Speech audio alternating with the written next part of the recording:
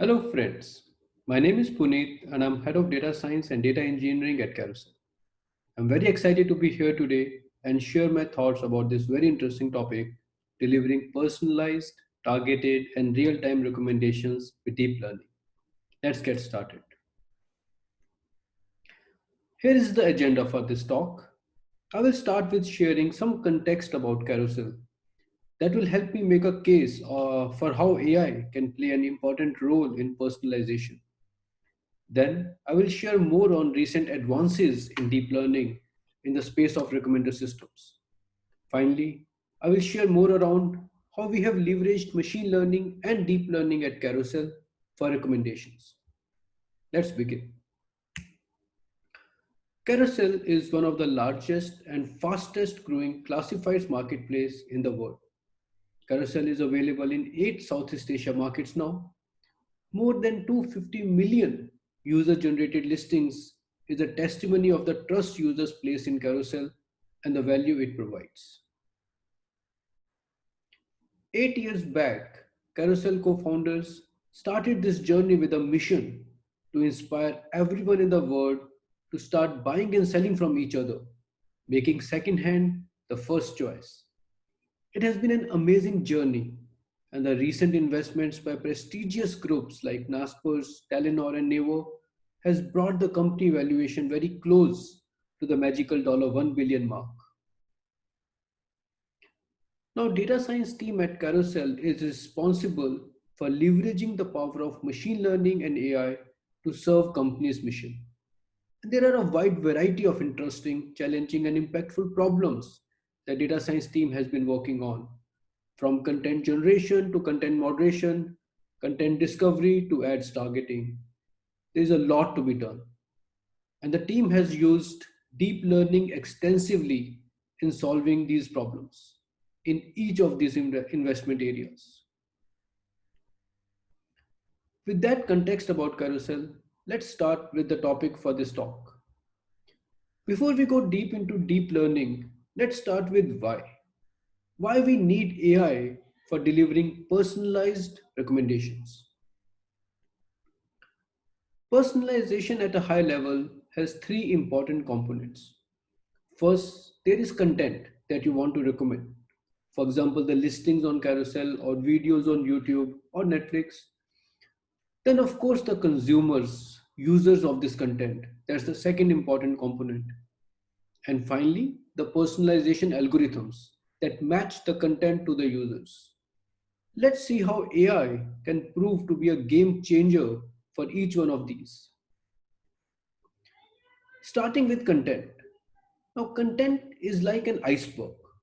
Without AI, we have a very shallow content understanding, only the surface level, the attributes, the metadata, and some basic stats from historical performance. But that can't take us too far. AI allows us to develop a deeper understanding of this content. It helps go beyond syntactic and gain semantic understanding. It enables us to discover content associations and gives us the ability to predict. Let's look at this further using an example. This is an example listing from Carousel Singapore. Here someone is selling a second-hand iPhone X. Let's see what useful questions can AI help answer that are hard or near impossible to answer otherwise.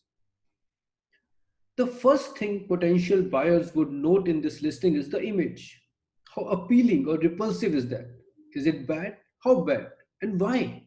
How can AI help make it more attractive? Then, of course, price matters. What would be a fair price for this second hand smartphone? Is it a good deal? Or do we make it a great deal? Once we know that a user is interested in buying an iPhone, what next? We can show other similar iPhone listings or even other smartphones as alternate options. We can even recommend iPods as they are related. Similar, alternate, related, all these recommendations are powered by understanding of content associations. All these are important but tough questions. It requires smart AI solutions to make dependable predictions. Now let's move on to our second dimension. users. Just like content, by default, we have a very narrow understanding of our users, standard demographic information and activity history. But there is so much more to our users than just that. AI helps us develop a more holistic 360-degree view of our users. We can infer and then also confirm their likes, dislikes, figure out their interests and preferences, mind behavioral patterns, and all that. This empowers us to tailor our experiences and communications for each individual user. Let's again look at an example. This is a hypothetical user on Carousel, and let's say these are the various listings that this user has explored or bought during the last few weeks. I will wait a few seconds so that you can get a feel for what this user has been up to.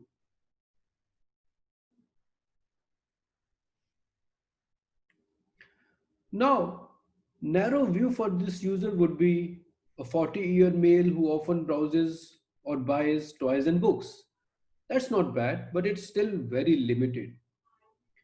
If you look closely, you can clearly see more interesting patterns. For example, what age group do the books and toys belong to? Genre and author affinity for the books, brand and category inclination for toys, and so on and so forth. This kind of deeper user understanding can help answer many useful questions. For example, what would this user like to buy next? What matters to this user? New versus used, price, buyer seller interaction, experience, and all that. It's not hard to imagine how such comprehensive user understanding will allow us to better serve our users. Now we have reached the third pillar of personalization, the matchmaking. This partner compatibility table here is pretty representative of how we typically go about matching content to users. This user is a dragon and all dragons love rats. So let's show all rats to this user. He would love it. And sorry, no ox for him. Sounds familiar, right? I believe this approach is like painting the wall using a very broad brush. Every single brick is painted exactly the same. And this is what a deep learning based relationship matchmaking algorithm might look like. According to the supporting article, this ML model was able to spot mutual interests, find compatibility based on emotions and personality patterns, and is even robust against deceptive presentations. This definitely appears more trustworthy than depending only on your date of birth, isn't it? Don't get me wrong. I'm not recommending that you let AI decide your life partner. The point I'm trying to make is that AI will take rich content understanding and user understanding signals as input and make very individual match decisions, providing us with the ability to make very fine matching decisions. In contrast to painting the wall, AI provides the tools to create a fine art. Also, matchmaking has various other dimensions beyond what to recommend. For example, when, where, how often. Also, another common decision to make is explore versus exploit. AI can help power intentful balance of exploration and exploitation, as we will see. For example, if user bought a specific printer ink cartridge in the past, we can recommend the same cartridge again later, as user would like to buy the exact same ink on a periodic basis. And given user bought some Beyblades, maybe we can interest him or her in also buying a Beyblade stadium, even some other action toys like Nerf guns. To summarize here, AI is a powerful tool to help build deep content understanding, gain comprehensive user understanding, and produce fine match between the two. It really empowers us to tailor make experiences and communications to delight our users. Now that we have addressed why AI, let's talk about how machine learning in general and deep learning in specific can help with personalization. This is a simple view that clarifies how AI, ML, deep learning are all related to each other. As you can see, deep learning is a branch of machine learning that deals with neural networks with multiple hidden layers. In the classic ML approach, the onus of feature engineering lies with the model developer. For example, for a face recognition task here, developer will have to manually identify what meaningful features to include and how to extract those in a reliable manner. For example, eyes, nose, mouth, etc. And how far are they to each other? As you can imagine, this is a pretty complex task. Deep learning takes away this manual step altogether. If you can provide it huge amounts of data to learn from, that's the big difference. As you can imagine, this has proven revolutionary for the important AI tasks involving unstructured data. For example, images, voice, videos, and text. Today, almost all the state of the art machine learned models for a wide variety of AI tasks in these domains are deep learned models. But what about recommendations? Is it a structured data task or unstructured data task? As we will see, the answer to this question is not straightforward and depends on the approach you take. Two most common approaches to recommendations are content based filtering and collaborative filtering. Content based filtering on the left recommends items based on the item attributes. For example, if user liked a comedy movie, more comedy movies will be recommended. If you buy a Harry Potter book, more Harry Potter books will be recommended.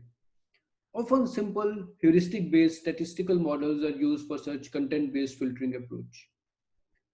Collaborative filtering leverages the wisdom of the crowd.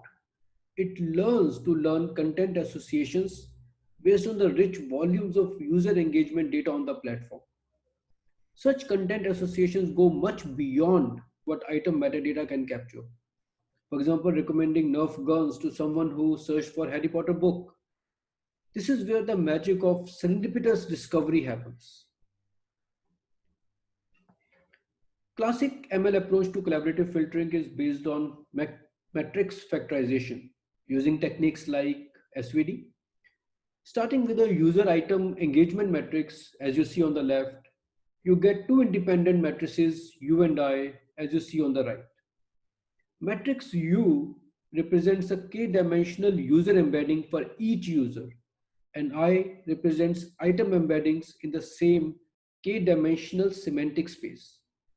Using these user and item embeddings as the base, a wide variety of recommendation scenarios can be powered by simply computing dot product between embeddings.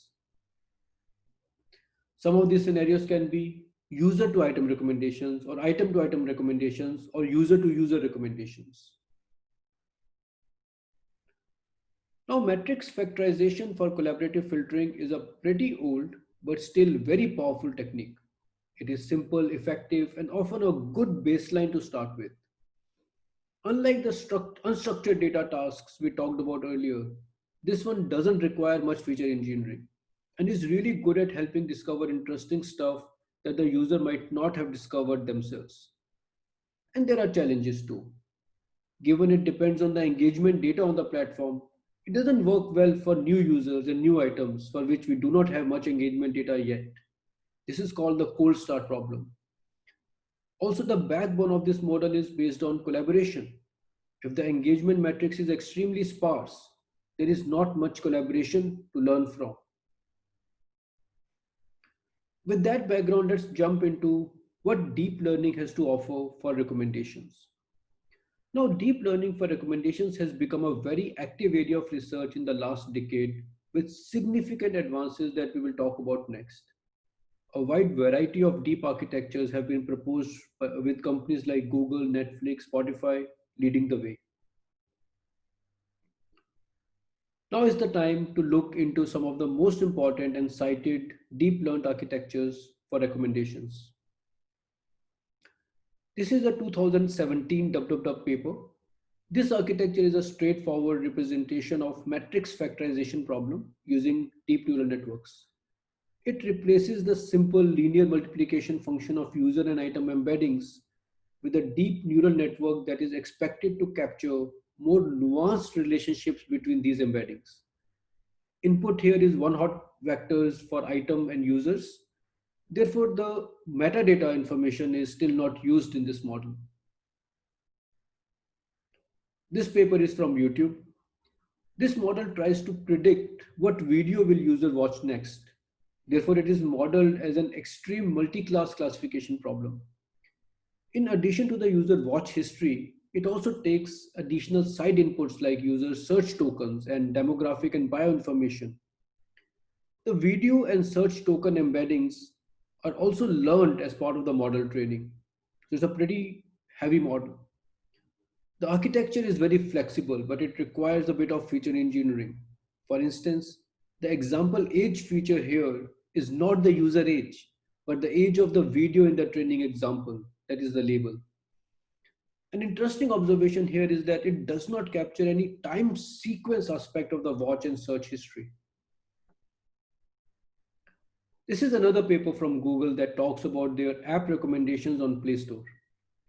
In this architecture, they have combined the classic ML approach of using a linear model on top of a wide set of sparse features and deep learning approach of using low dimensional dense features. The dense layers can learn the item and user embeddings as we saw earlier, and shallow layers can provide additional metadata. This is another very interesting architecture from Spotify to power song recommendations based on similarity between two songs. Now, each song here is represented as a 2D image, and CNN based architecture is used to generate a 40-dimensional embedding for each song. This approach is purely content based and can be used for content based recommendations. These embeddings can also serve as an input to other collaborative filtering based recommendation models.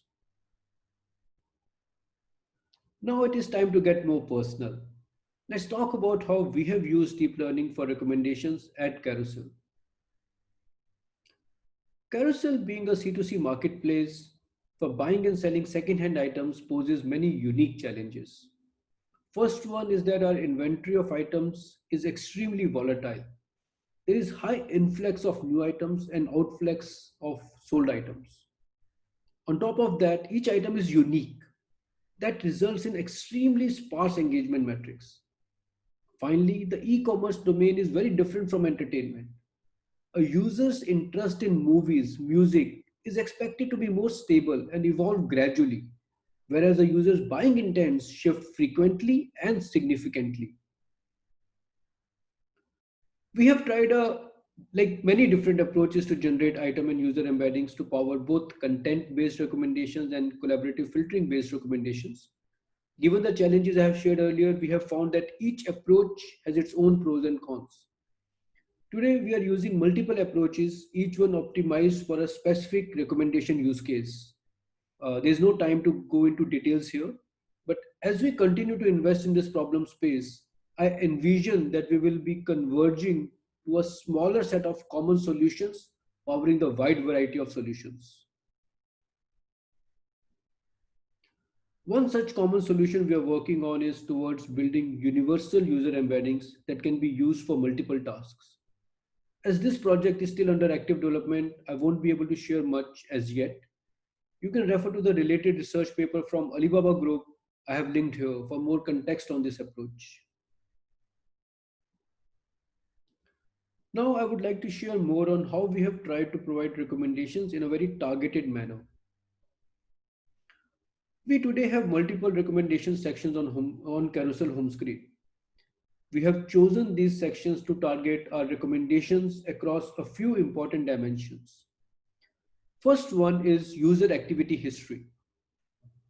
Some sections provide recommendations based on users' more recent actions on the platform, whereas others try to capture users' interest over a longer period of time. Second one is granularity of recommendations. Some sections are very specific and provide recommendations at listing level. Some are at keyword level and some are very broad category level. This enables us to create well-targeted content sections. Now, next important aspect of targeting is what content fills each section, right?